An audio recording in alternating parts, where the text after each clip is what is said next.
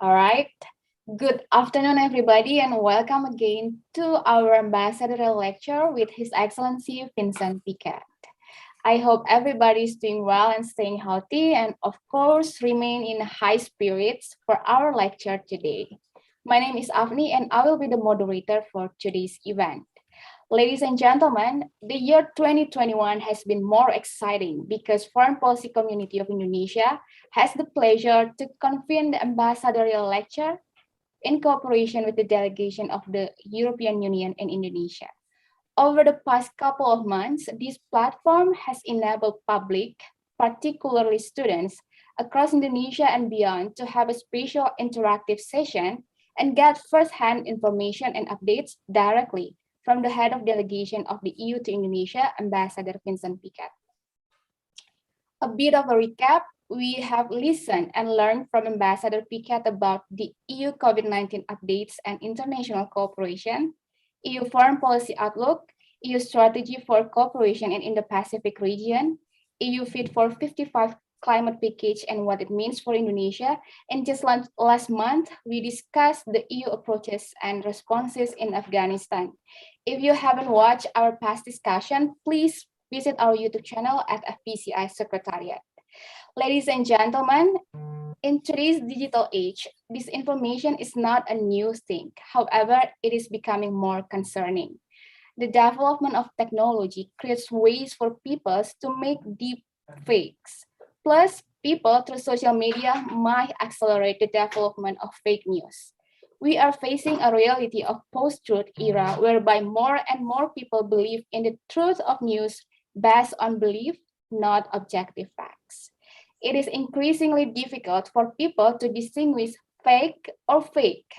Therefore, we are pleased to have Ambassador Piquet today with us to enlighten us on what is the EU doing to tackle disinformation in the digital age. Ladies and gentlemen, without further ado, I'm pleased to invite Ambassador Piquet to the screen. Ambassador, the floor is yours. Thank you very much, Afni, for the introduction, and it's a great pleasure to be once again with our colleagues from FPCI, the largest and most vibrant network of international relations students and young professionals in Indonesia. Great pleasure to be working with you and to just discuss the topical subjects that you have mentioned, topics that move fast. So in some cases, and one example is, of course, what we are discussing this afternoon with you on the topic of fact versus fake. We do this discussion with where I'm sitting in Jakarta, a very rainy and somewhat cloudy, if not gloomy afternoon. I don't know where others are sitting, but they could be anywhere in Indonesia. So maybe the sun is shining where you are, but here it feels a little bit like the autumn in Western Europe, where around about late October, November, you can have quite some windy days with a lot of rain. And with one big difference, of course, compared to Indonesia, namely that's the temperature. It will be quite chilly in Western Europe at the moment. But that's all by way of greeting you and happy to be with you here. And the topic of this afternoon is difficult, it's complex. It's hard to discuss that we know what it means, but it's hard to pin it down in many respects. So, and when I preparing for it, I thought of a comic strip that I used to read when I was younger, and maybe the colleagues can show it. Now, the front page of that strip, do you have that comic strip? Do you have that? Yes, we have it, Ambassador. We'll show it momentarily.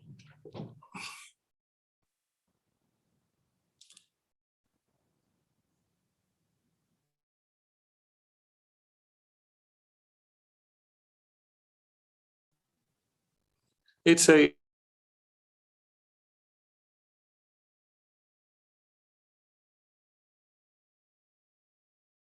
comic strip that is in Europe. It's Asterix, French artists. You may know that, I think, I'm told that it's relatively well known, if not popular, in Indonesia as well. Maybe not as popular as Tintin, but still.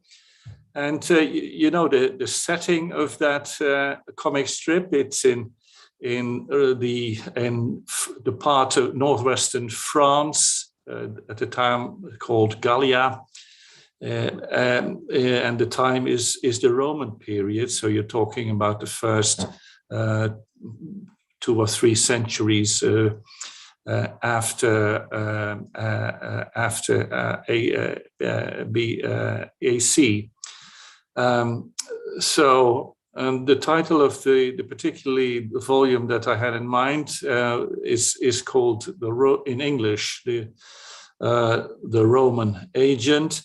In Bahasa Indonesia, the translation is Sang Penghasut, Sang Penghasut, and it is the story about the old Emperor Caesar wanting to conquer this one little village in northwestern France that is holding out against the Roman forces. This village is rebellious and resisting Roman rule. And of course, back in Rome, Julius Caesar is under pressure from the Roman Senate. They want him to do something, and then all of a sudden, somebody has an idea, and that is that it's an old idea dating back to Caesar's days of divide and rule, divida et imperat, and now how do you do that? Then somebody has a very clever notion, remembering somebody whom he's known, who later becomes the Roman agent, who has a tremendous capacity of causing strife, quarrel, and infighting among whoever he meets. And so the thought is that this person, if he can succeed in making the Gauls quarrel amongst themselves, they won't have time any longer to quarrel with Rome.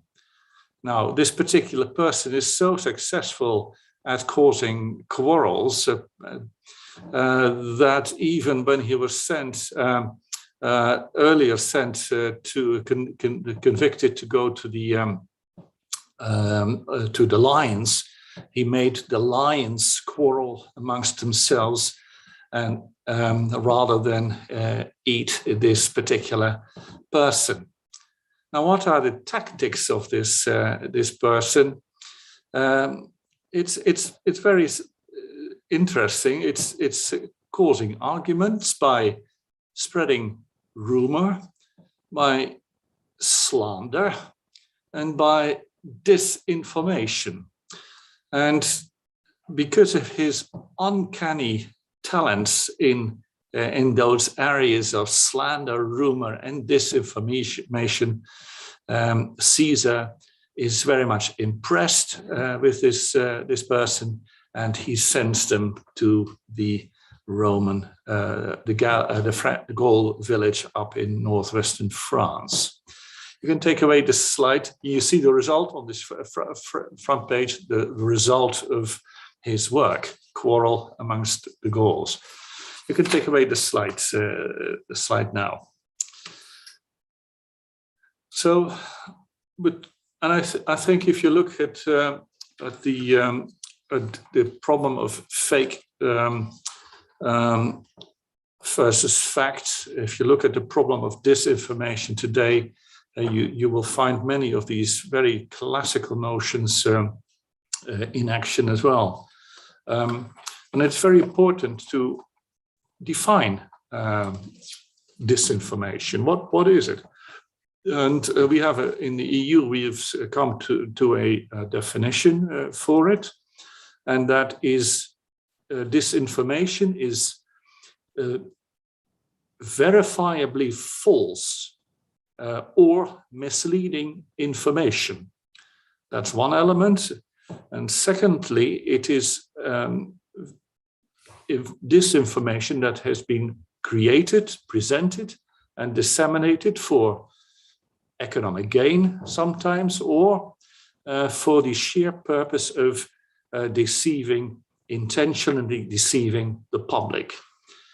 So disinformation has this element of being verifiably false, plus being intentionally deceiving or misleading.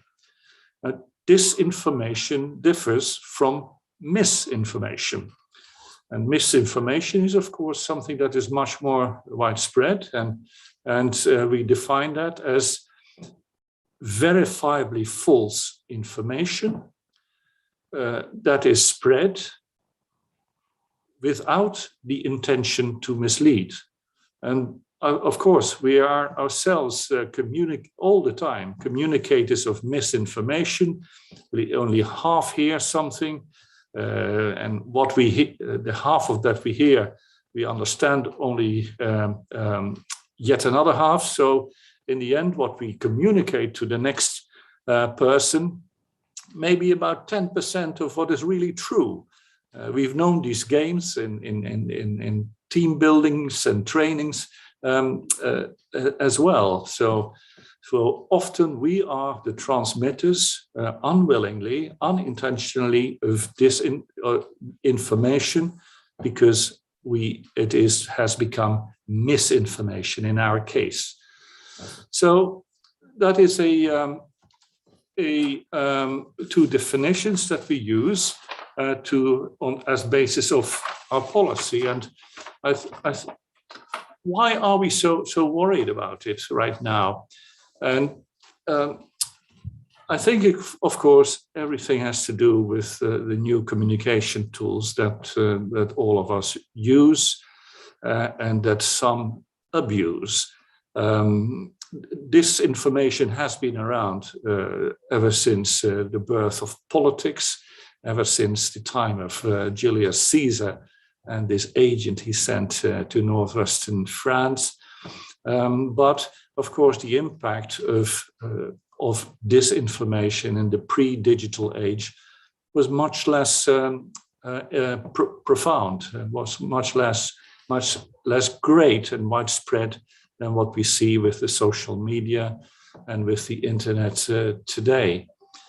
And that has made disinformation a very powerful tool for people who want to use it for whichever purposes, whether it's economic, profit, or political, and having to do with foreign policy. So in many respects, we have to treat disinformation as part of cyber warfare, as cyber combat. Cyber combat, of course, has also got technical tools by bombarding websites of legitimate organizations with requests for service, and those requests are bombardments are launched by often criminal groups or by political and sometimes state actors. So cyber warfare has a digital and technical identity, but also an identity in terms of the disinformation content and substance. So we have to take this tool very seriously. The reality of the past couple of years shows, because some powers around the world, some groups around the world, and some economic entities around the world use it so effectively. The EU's High Representative, Joseph Borrell, who visited Jakarta in June this year, he speaks a lot about it. He speaks a lot about disinformation as a tool for political warfare or combat. Once he wrote that disinformation, especially relating to the COVID times, disinformation in times of COVID can literally kill in today's technology-driven world, and a world in which warriors wield keyboards rather than swords, and in which targeted influence operation and disinformation campaigns are a recognized weapon of state and non-state actors. That was a quotation from High Representative Joseph Borrell. Of course, the analysis and identification of the problem is one, but the second thing is what you do about it.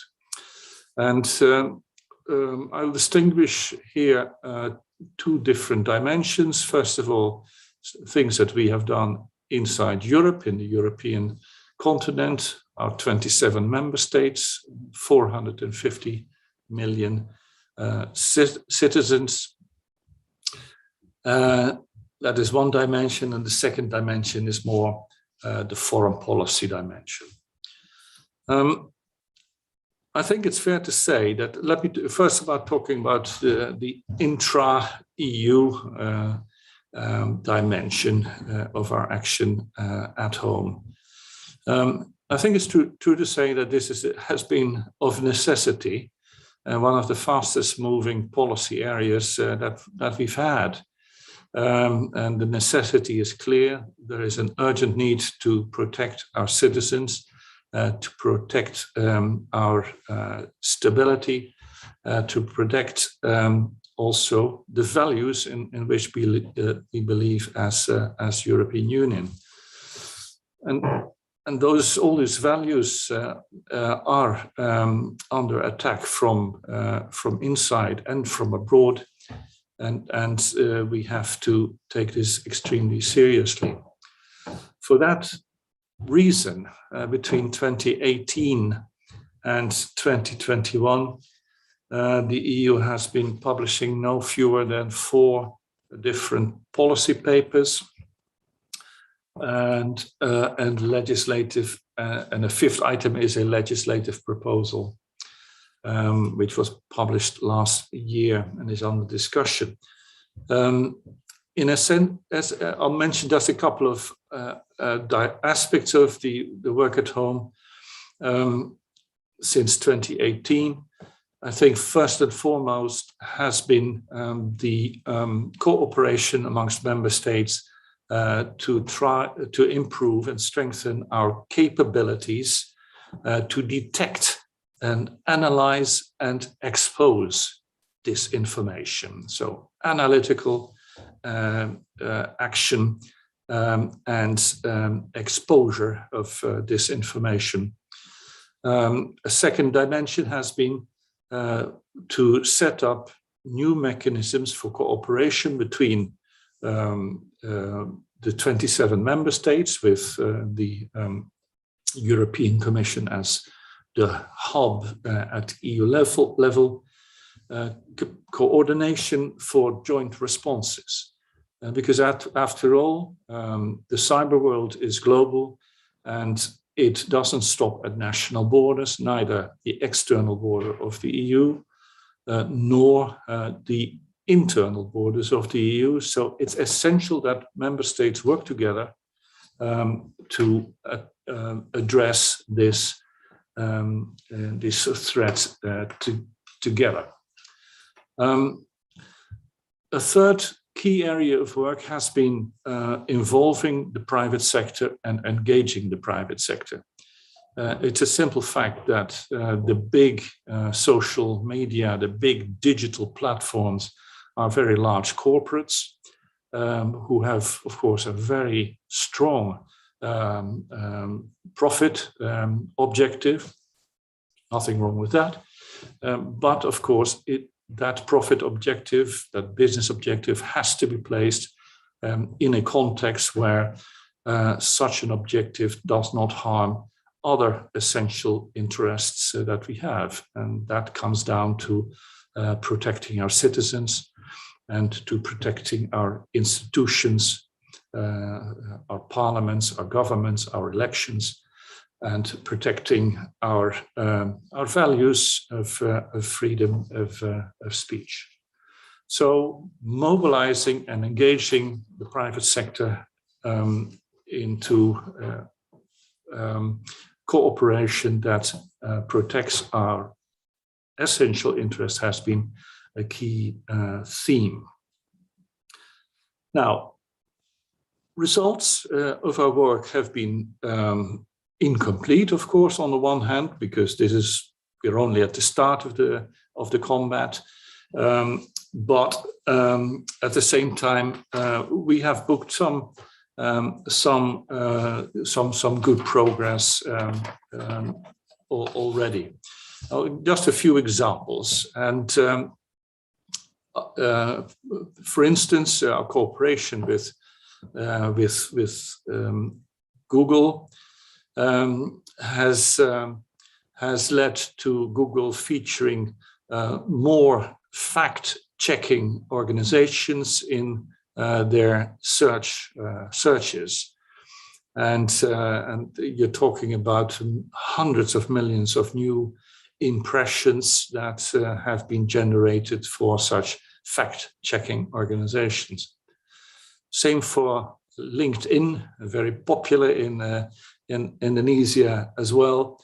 LinkedIn has been featuring very factual European daily rundowns, factual summaries of events, of developments, of publications that counterbalance the imprecise, incomplete, or intentionally false claims and reports that also LinkedIn sometimes publishes. And what is this daily rundown? It's a summary of news collected by independent journalists, and it is sent out every day to about 10 million LinkedIn members. A third area has to do with raising awareness of users of the social media, and here we have had good cooperation with Facebook and with Instagram, and which have directed more than 2 billion people to information resources of recognized authorities during the COVID days. And especially, as you will recall, at the start of the pandemic, everybody was terribly confused, and the information provision was confusing. And to help that, we and others have worked with Facebook and others to strengthen the core of reliable, factual information coming from, for instance, the WHO and national disease and crisis organizations. So fighting disinformation is here predominantly done by spreading reliable information to counterbalance that. Now, the job is not yet done, as I mentioned, but we will continue on these tracks. We have very regular reviews of progress, reviews in the member states, and the actions taken by the relevant authorities there, but also regular dialogues with the social media organizations, platforms, such as the ones we all use. So this will continue for the time to come. We are also building a new legislative framework for the digital markets in general. And in our Digital Markets Act, and in which we will better define the roles of the social media platforms and of internet providers in cooperating against disinformation and willful criminal acts also by economic entities. Now, this is of course, a sensitive area, particularly because it sometimes may touch on freedom of speech and freedom of information, and so whatever we do, in our view, has to, of course, on the one hand, protect citizens and national interests, but on the other hand, not to diminish the legitimate freedoms of speech and of information that are part of our value system and our legal framework. Now, that is in the internal side. Very briefly on the external side. Now, I already quoted the EU's High Representative Borrell, who spoke about that, and just a few examples of the type of work that the EU has been doing to counter disinformation, non-statal or statal action coming to the EU from abroad. And if you look at the sources of disinformation, then I concentrate on our European continent. Then, of course, we have a lot of disinformation coming from Russia, statal or non-statal, or information spread by the state-owned media of Russia, which particularly during the times of COVID was very, very harmful. Disinformation that was directed against the EU or Western, if you like, vaccines, where absolutely ludicrous stories were published by even the state-owned media of Russia about the side effects and the risks of the Western vaccines, and all this ostensibly with the aim to boost the sale of the Russian vaccine in certain countries. That is COVID. There's also been other cases, of course, which I will not now spell out. But the key thing is to mention to you that for a number of years now, the EU's European Action Service, or the EU's Foreign Ministry equivalent, has been running a task force of fighting disinformation coming from Russia that has been producing reports on fact checking, and that has systematically tried to debunk stories that were obvious cases of disinformation. So that is one very important example of what we do very practically to fight disinformation. The other key activities relate to international cooperation. That is to say that, of course, within the G7 framework, within the G20 framework, including, no doubt, during the G20 presidency of Indonesia, we will discuss with our partners further actions to stop cybercrime and to fight disinformation. The task is critical in many respects. The scope and the impact of cybercrime is growing, and at the moment we still lack an internationally agreed platform and framework and a regulatory context to deal with such problems. And so the EU will very much try and work and convince our partners that we have to do that.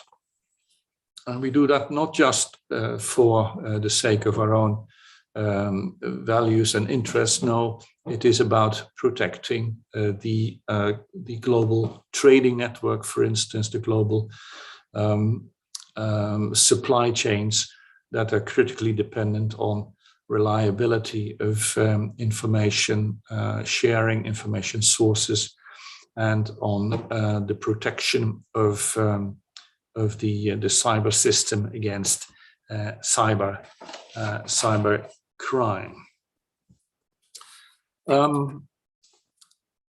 So that will be our continuing line of work also in the coming year. Now, at the international level, my last couple of remarks relate to us as individual citizens, because that is very, very important, prominent in our approach as well. At the end of the day, it is individual citizens that are harmed or can be harmed by disinformation, but it is the very same individual citizen, you, me, all of us, that are also responsible for trying to find a solution and for contributing to such a solution. And sometimes it's very easy.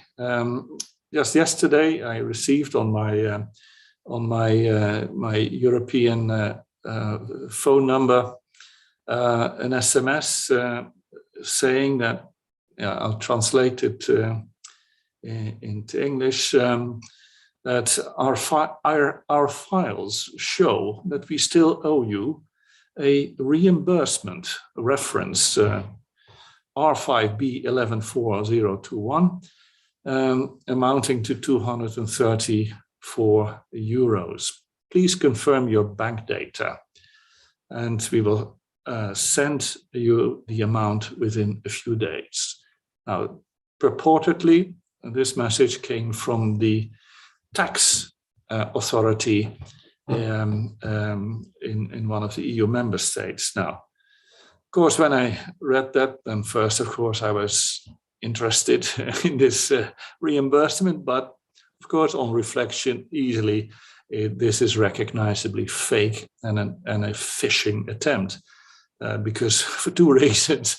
It's not often that tax authorities write you with the proposal to reimburse you. It's mostly the other way around. And secondly, for a tax service to pay you an amount within a few days, as they said, that is unthinkable. So that was easily done away with because it was such a crass case of disinformation, a phishing attempt, that we ourselves can stop, or we can, if we don't maintain our alert, of course, it will drain your bank account. But it is a task for us to build that awareness individually and be alert and stay safe. And more difficult, of course, is general information that we receive awful amounts of day in, day out. And how do you approach that? How do you read on a Facebook post, for instance, about some new research showing that there are potentially lethal side effects to the vaccine that you've just been given, there's a claim that research shows that your vaccine has a much lower efficacy than originally thought. Well, how do you deal with that? What do you do? Would you repost such an item on your Facebook account, or would you share it with friends? Or would you first verify the reliability of this information? Would you seek information elsewhere to corroborate those reports? Would you go to the website of for instance, the WHO or the Eichmann Institute in Indonesia, or the Johns Hopkins University in the United States, or the European Center for Disease Control in the EU?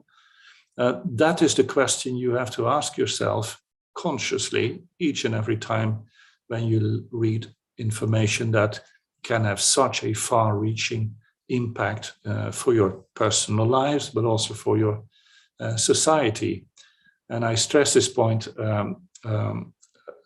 pretty much because at the end of the day, the choice is yours, of each of us, you, me, everybody, whether you are a willing victim of disinformation, or whether you work yourself on diminishing the risks, diminishing your own vulnerability, and diminishing the vulnerability of your country. So your personal choice does matter, as your personal responsibility, sense of responsibility does matter as a critical and reflecting citizen.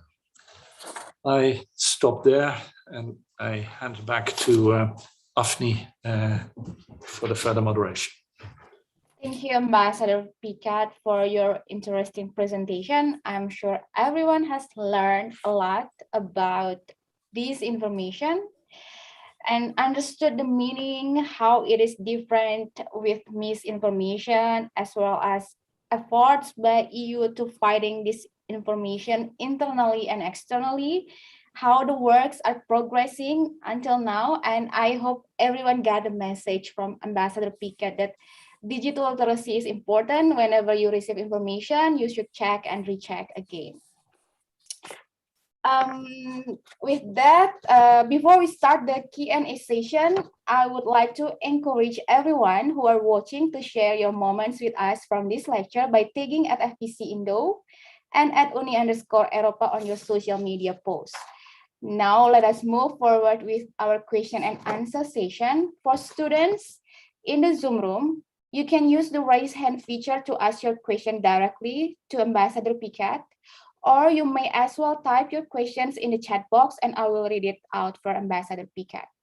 Please remember to state your name and where you are from before asking your questions.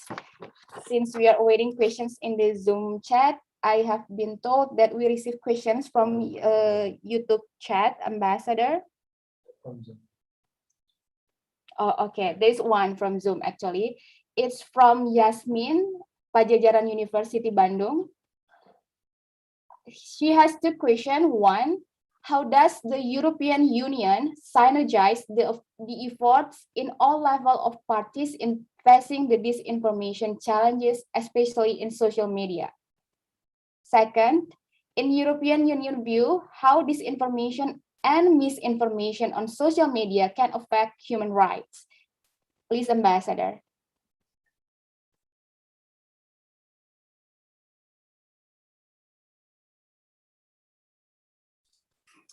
Thanks, Yasmin from Pajajaran University, Bandung. I was there in 2019, pre-COVID. How do we work on this matter? How do we synergize all parties? I think the fundamental basis is our all society approach, as it is called.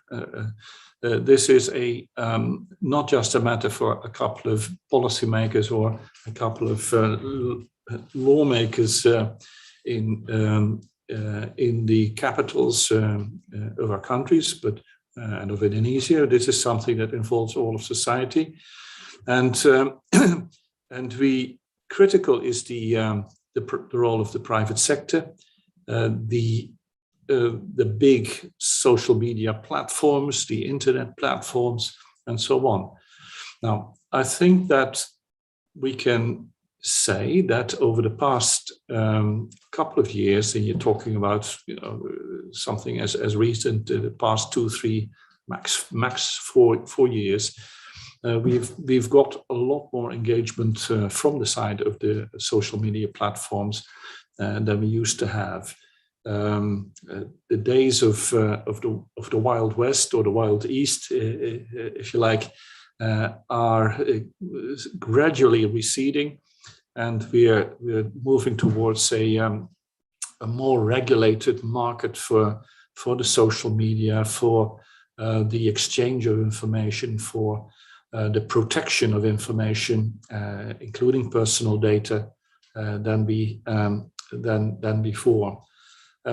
So that is very good. We are you have all followed, of course, the very interesting developments that several social media platforms began to regulate themselves internally, which was probably a first step in this process. But key is, of course, to systematize the approach, and that's where we are right now. We're trying to develop rules that can be applied to everybody, definitions that can be applied to everybody. How do we define disinformation? Can we come to a common definition as basis for operational action, but also legal and criminal action? How do we define responsibilities? What is the responsibility of the social platform, media platforms? What is the responsibility of the individual who produces information, or the organization that produces information? And what is the responsibility for the state authorities? So all the very basic but extremely necessary constitutional and legal and regulatory work. And on the whole, I believe we have a lot more traction with the social media platforms now than we used to have. At the end of the day, of course, we are 27 member states, with 450 million people, so we are a big market for them. And that gives us leverage in a number of respects, of course, without us wishing to go it alone, not at all. We prefer to work in cooperation with the G7, the G20 to start with. Now, the impact on human rights. This is a very delicate question indeed. It's normal for states to want to protect state interests at the behest of citizens, safety of citizens, security of citizens, protection of information against theft. Of course, all of these are very legitimate and necessary tasks for any country, or in our case, the EU, to pursue. At the same time, we have our citizens, you, me. We want our freedom. We want to give our views, criticize people that we disagree with or criticize their views. We want to read media that are critical of governments, of the authorities in general, or specific topics. So, and here you come in the very delicate area of where criticism ends and where offense, insult, or slander begins. And now there is no hard way other than the legal way to define this. And the legal way will at times involve court rulings, courts that say to a government, you've gone too far in suppressing, asking Google or Safari to take down an article, or Facebook or LinkedIn to do the same. That is what a judge, what is sometimes will involve judicial rulings. At the same time, judges will sometimes rule that a citizen has gone too far in personal slander of individuals, rather than criticism of the individual's views, etc. So you can easily imagine all sorts of nuances there that are to be ruled or can be ruled by the courts in specific cases. But we stand for, as EU, for a rule-based order, a rule of law, transparency, accountability by the state authorities, but equally by the citizens in this matter, with of course, a very strong emphasis on protection of state interests and national interests, balanced against the rights of individuals.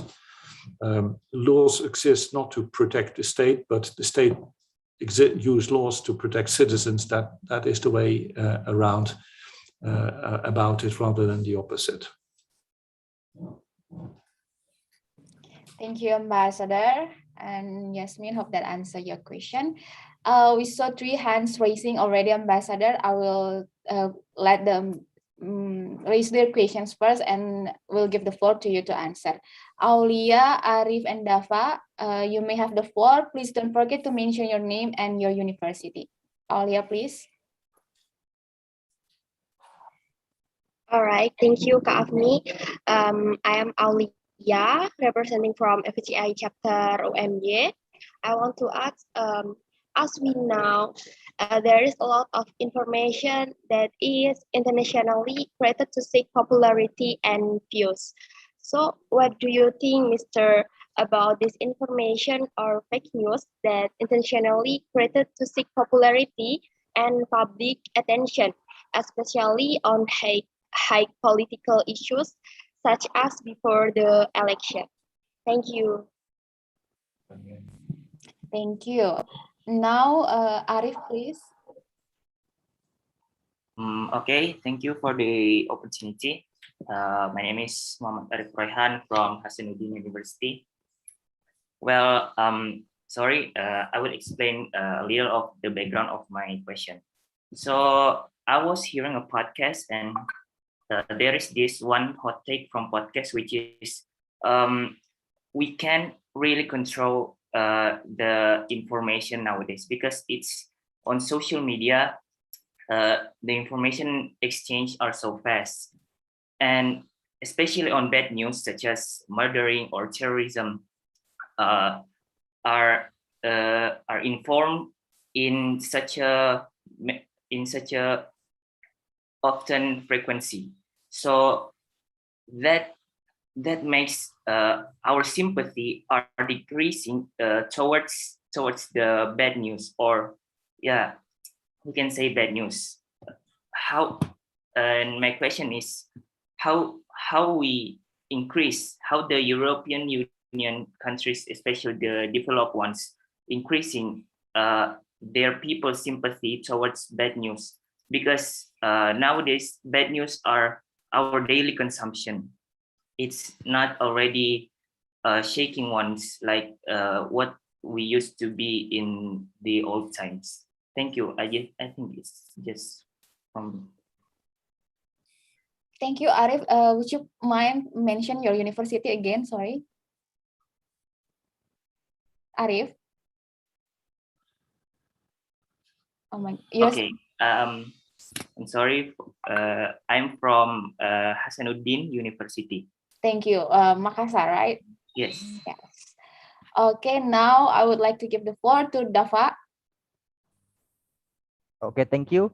My name is Dava. I represent FPCI Chapter University of Pembangunan Nasional Veteran East Java, Surabaya. And my question is following. Some countries have sort of anti-fake news laws. For example, in Hungary.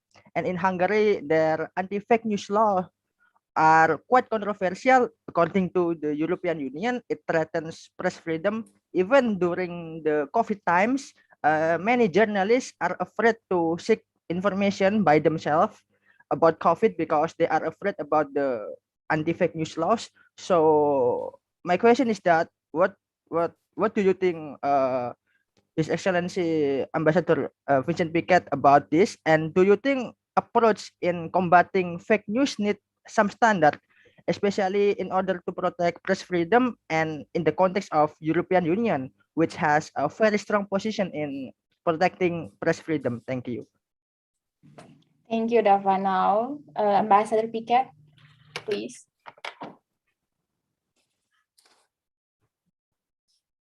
Many thanks.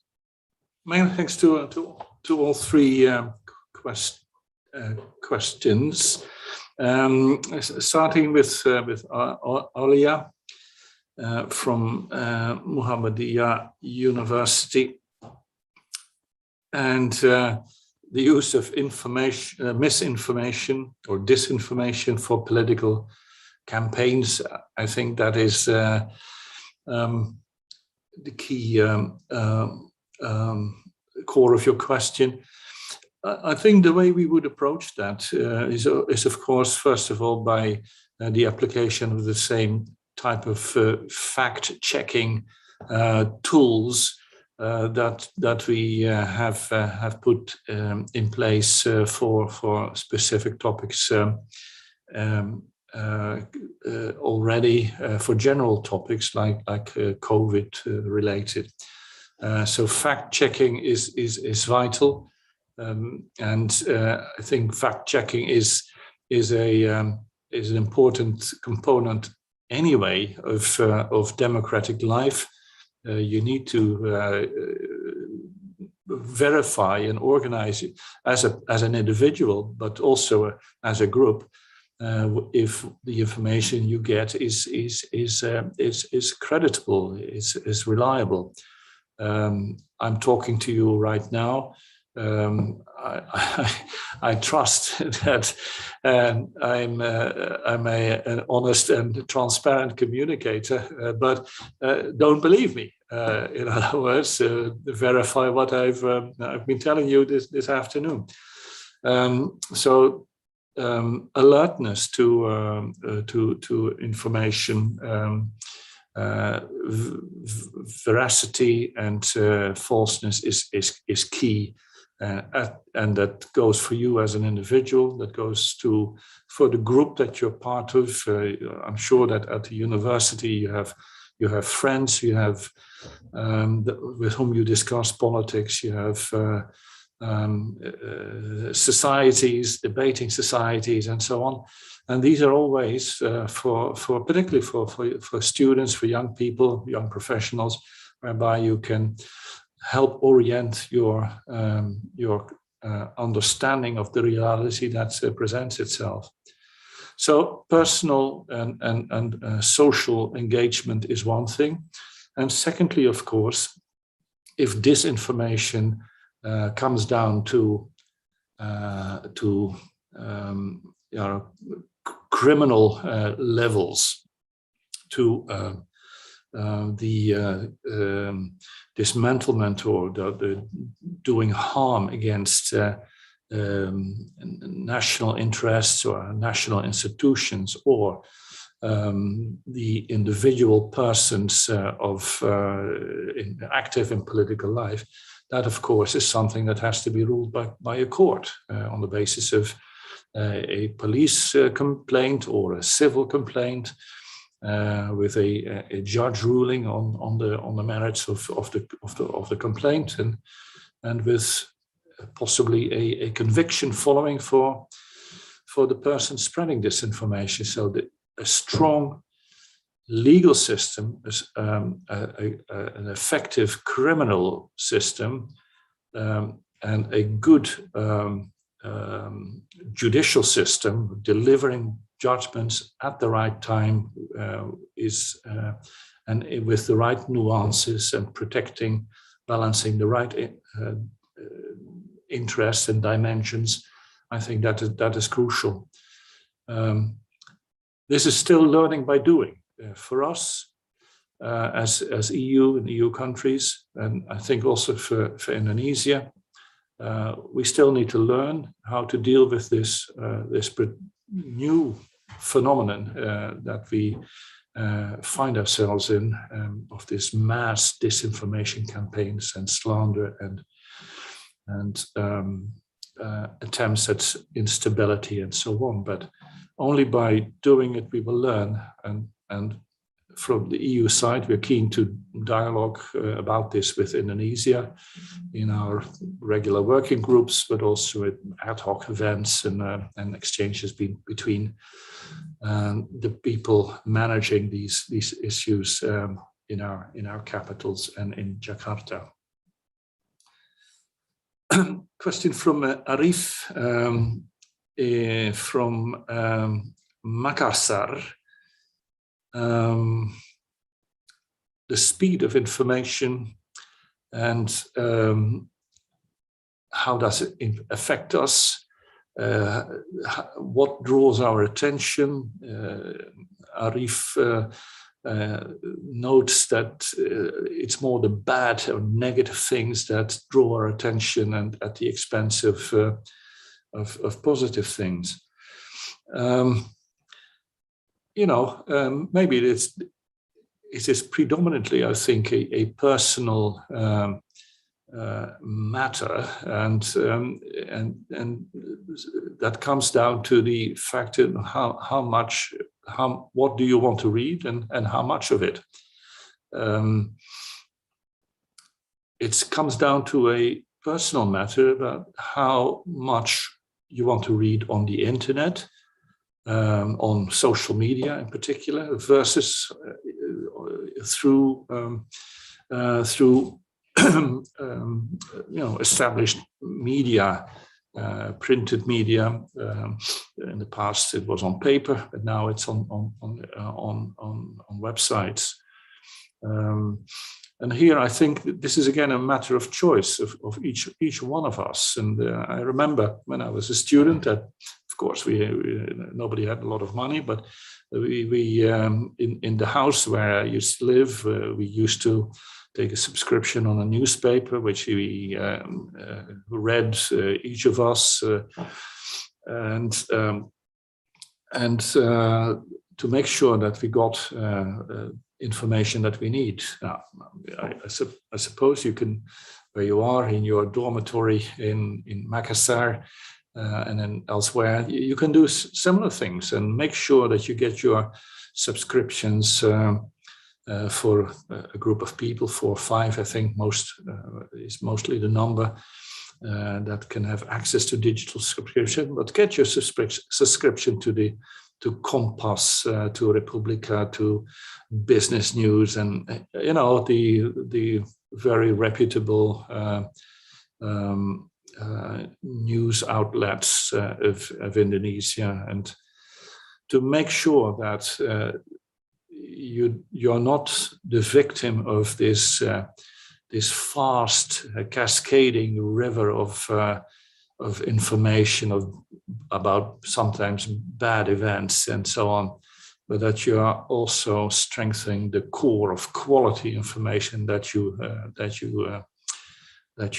absorb and as a consumer of news. So it's a personal choice to some extent of what you need, of how vulnerable you and exposed you make yourself to this fast-moving days. And we won't. You mentioned Arif, the old times. The old times are old; they're gone, and so that is a simple fact. We live today, and we have to shape the future of tomorrow, and that's all of our responsibility to do, and including by your personal and my personal choice of the information you want to consume. And lastly, Dafa from the Veteran University in East Java. Fake news versus press freedom. I think that this is the good, the two sides of the coin, or the two scales on the balance. That is suppressing fake news, and while protecting press freedom, that is the equation. And at the end of the day, as I said earlier on, this is a matter that has to be legislated. So in the legislation of our countries, there have to be clear provisions about how we define these things, and also what is harmful and what is not harmful. Not every piece of fake news is harmful. It's just nonsense or rubbish, or you can read it and put it aside. But other fake news is, of course, harmful, and that is what we have to attack and find the ways to do it through law, through, if necessary, through the judiciary. And there is here also a role for individuals, yourself. If you read fake news, if you spot this fake news and its harmful character, you can raise that with regulators, or with there's plenty of civil society organizations in Indonesia that take a role in these matters, and at the end of the day, of course, you can put it before the law enforcement authorities. I know that legislation is sometimes imperfect. I have read that under the current law in Indonesia, there have been many cases, criminal cases filed, where those who are the defendants, so to say, will very strongly argue this is not at all something that merits a criminal consideration, but part of the freedom of speech.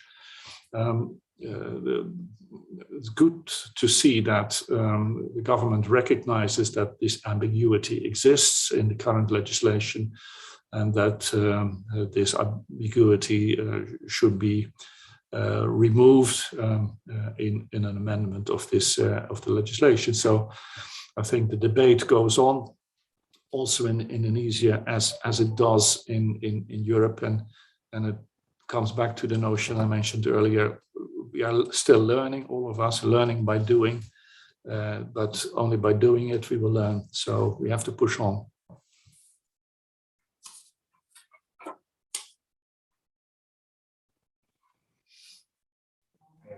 Thank you, Ambassador. I believe that today's topic is very interesting and everyone can relate. We receive a lot of questions from the Zoom chat box as well as the YouTube live chat, and hopefully we can accommodate all the questions.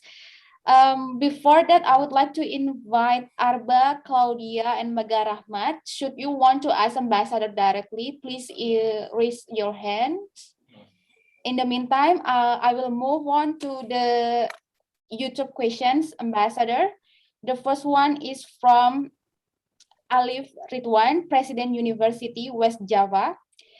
Do you think what Donald Trump did blatantly spread misinformation worsen the current situation in Europe and across the world? Second one is from Haidar, Brawijaya University, East Java.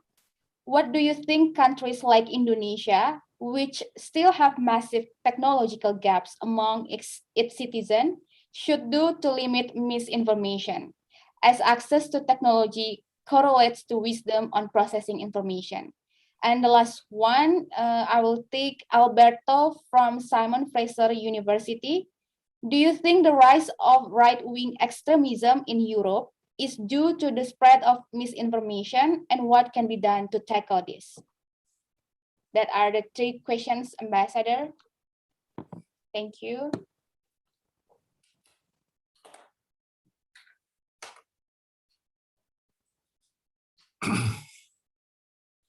All right. Ali from West Java. Well, Donald Trump, President Donald Trump was, of course, a phenomenon, but I will not discuss him too much. But at the end of the day, the example of former President Trump illustrates very much what the High Representative described on several occasions in terms of the battle of narratives. And more than in any time in history than before, today we see this battle of narratives happening, and it's an alternative battleground, if you like, or a dueling ground compared to the past when it was mostly economic warfare or military warfare. So that is a reality that we will be living in, and us, but also all those coming after us. And we have to prepare ourselves for that and get our institutional tools to defend ourselves against narratives that are willfully harmful, or narratives that belong to the realm of misinformation, not willful harmfulness, but they can be harmful nonetheless. And especially, let's come back to COVID, campaigns, willful misinformation or disinformation campaigns that have led to misinformation, that is leading to people not taking a vaccine. So which can be killing at the end of the day, because that is an objective fact that right now in Europe, and I think the same in a similar way here in Indonesia, that the number of new cases of COVID are for 3/4, 75%, people who have not been vaccinated. And so that is a hard fact. But nevertheless, due to disinformation campaigns and misinformation, that fact does not lead far to people who have not been vaccinated get vaccinated quickly. An example of disinformation of the type that former President Trump used quite a bit, and we have to come to terms with that in our own societies, in our own countries, and to simply for the sake of the common good, as opposed to the personal political interest of one or the other person.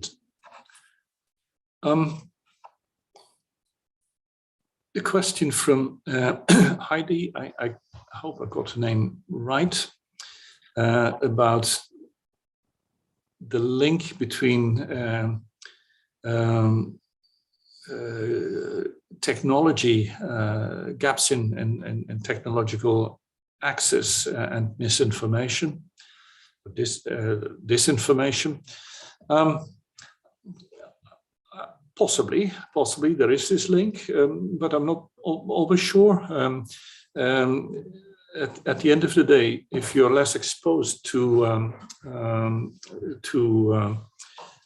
technological, the new media and so on, you might be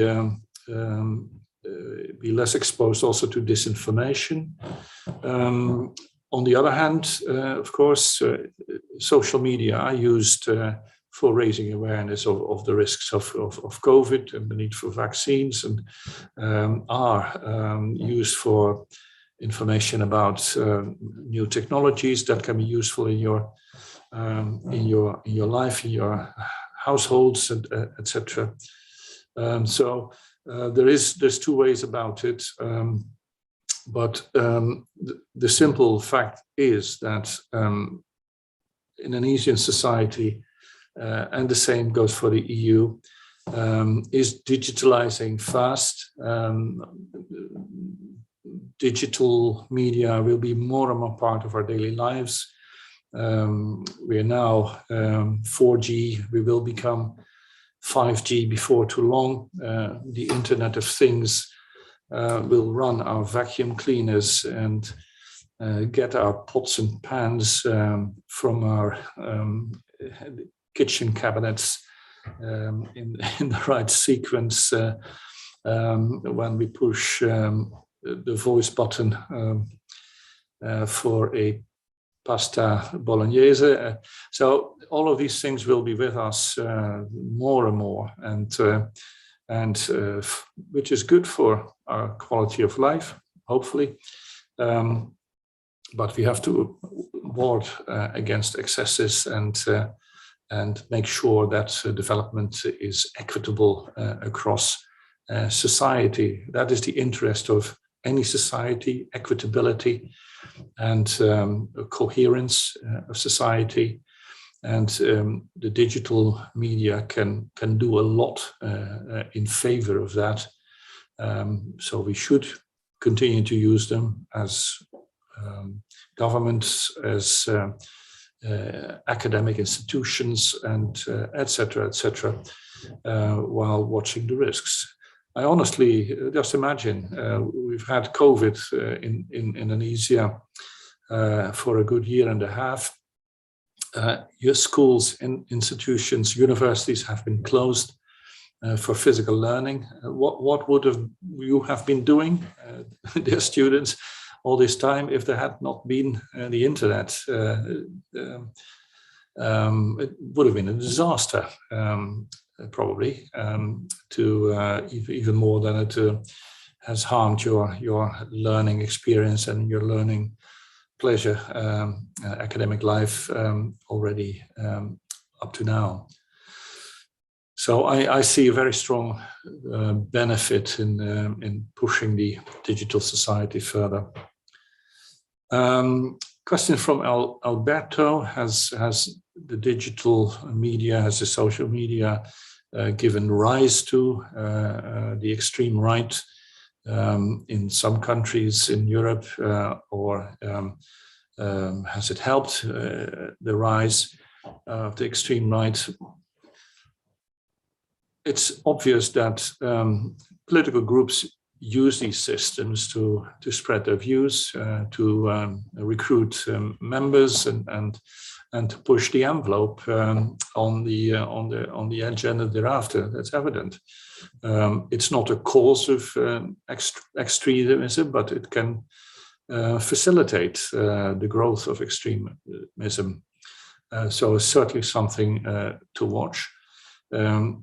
However, if you look at the the latest elections in national elections in the EU, then without exception, despite the social media, the extremist parties, whether on the right or on the left, have not won the ballot. So we have been seen a strengthening of the mainstream parties rather than a strengthening of the extremist parties in Europe in the elections that have happened over the past 2 years. So I think that we need a lot more research to see how the interface of digital platforms, social media, is with the extreme right or left, for that matter. Thank you, Ambassador. Now I would like to take the question from Arba. Are you still here and you want to ask Ambassador directly?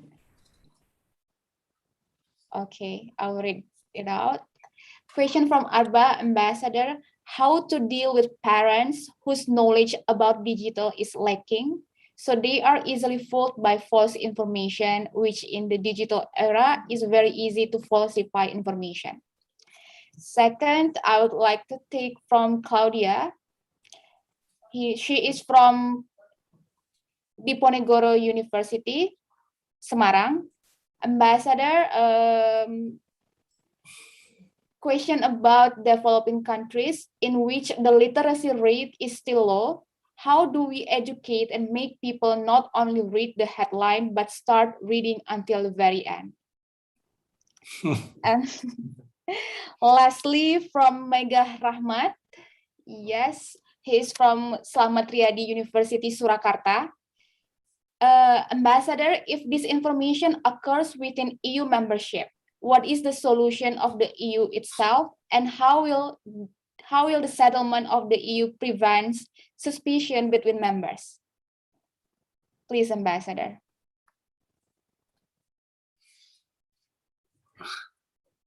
Okay, Arda, how to deal with parents who lack digital skills and aren't as well informed as their kids.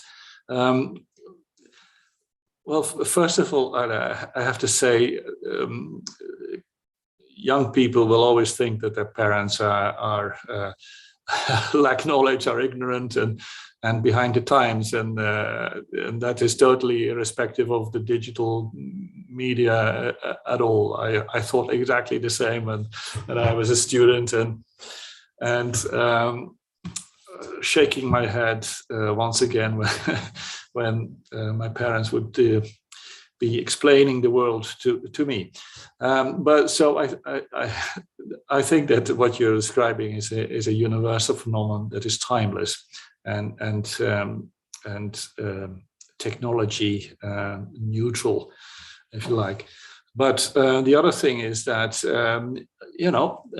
push them, make sure that they the next mobile phone they buy has got a decent connectivity. It doesn't need to be as good as the connectivity of your phone, but at least that it can have WhatsApp and basic things, and so that you can share them with them, an article, this or that, or something you've read or heard, and so on, or alert them to a program that's coming up, or a very important FPCI event about a topic that is good for them. So it's that simple thing. Then you will find some parents pick this up very easily. Others are more stubborn, and others are teetotalers, if you like, and will. But then that is what you can do, and if they do not wish to close the technology gap between themselves and you, then you buy them a good newspaper every so often, or a weekly magazine, often with an article that you find interesting or nice. The next question is from Claudia about developing countries and closing the technology gap.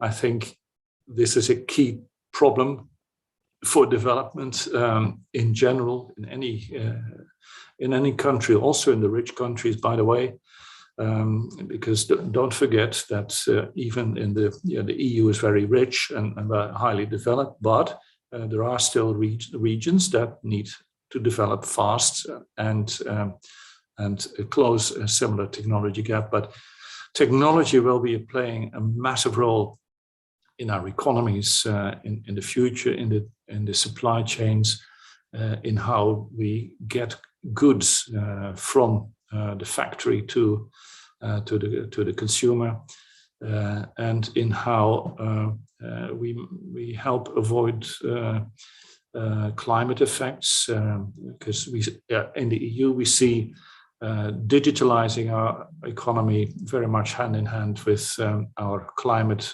policy and reducing greenhouse gas emissions. So I think it's vital to stress that in relations that the EU has with the developing world, like in Africa, and part of our development fund prioritizes the development of connectivity nationally, but also regionally and internationally as a tool for development. And in Asia, if you look at countries in Southeast Asia and in Northeast Asia, then it's evident how the digitalization of economy has led to economic growth. Last question, and then I'm afraid, Daphne, we need to start closing this session. I have something else coming up. The question from Rahman in Surakarta. The question about, if I understood well, the internal, the threats or the challenges of coming from the digital media to the internal coherence of the European Union. I don't know exactly what the question was, but I hope I'm right when I answer it as follows: that there's in the EU we have 27 member states, and who know that to progress together we have to find compromises, strike balances, find ways to moderate the differences between member states as regards income levels and technological development and energy mix and all of these things. And that is a very complex reality we have, and we have on the whole done very well in striking those types of compromises and balances and ways forward in the economy, in everything that relates to the economy, things like food safety or environment or technical standards or education, research. In the political area, this is more delicate, evidently. When you look at the political constitutional makeup of countries, that is what is, of course, most delicate in the international relations, in the integration between countries, and that's where the very, very good discussions need to happen to make sure that we get it right, that we have a common frame, common laws that are applied and respected by everyone, while at the same time respecting and promoting the individuality of member states. Remember our motto of the EU, it's unity in diversity. Now, I don't need to explain to Indonesians that is a very important motto, because your country has exactly the same motto in a national context, but still, unity in diversity is what we're after, and once you get the balance between the two right, then you have a very good coherence, and then you have progress domestically and also a credible voice externally. I hope that, Rahman, that I answered your question. Thank you, Ambassador. I understand that you need to leave soon, but could you please take one more question? This is from Hafiz, all the way from Medan, North Sumatra, and he is our news chapter ambassador. Would you like? I promise you I'll make the closing very brief. I have to go at 16:29. All right. His question is actually about the freedom of expression. What is your stance on Indonesia Electronic Information and Transaction Act, which frequently misused to protect the powerful actors such as government and corporate while imprison civilians and government oppositions? Did you do something to promote freedom of expression? Yes, please, Ambassador. Thanks. This is a question that requires maybe a little bit more time than 2 minutes to answer. It's because it's a bit political, of course. But let me. What I can say is that I follow the media very, very closely and speak to many people, and I think the consensus view that I hear is that the ITE law has provisions that are probably a bit too broad or ambiguous, and that it needs a recalibration in order to strike the right balance with, on the one hand, protection of against slander and defamation of people versus the right to criticize and to express a view. So, but I think it's part and parcel of the ongoing debate of how we deal with these topics in the digital age. We are learning about this ourselves in Europe, and I'm very confident that Indonesia is learning on its side. Thank you. Thank you very much, Ambassador Piquet, for your lecture, presentation, and answering all these questions. And to end our session, I would like to invite everyone to have a group photo. If everyone can please turn on your camera. I will count. Okay, in 1, 2, 3, please give your best smile. Once again, 1, 2, 3. Is it enough? And last, 1, 2, 3. With that, Ambassador, we've come to the end of our session today. See you next month, and hope you had a pleasant day. Thank you very much. Stay healthy, stay safe. All the best. Thank you for your interest. Yes, you too, Ambassador. Bye-bye.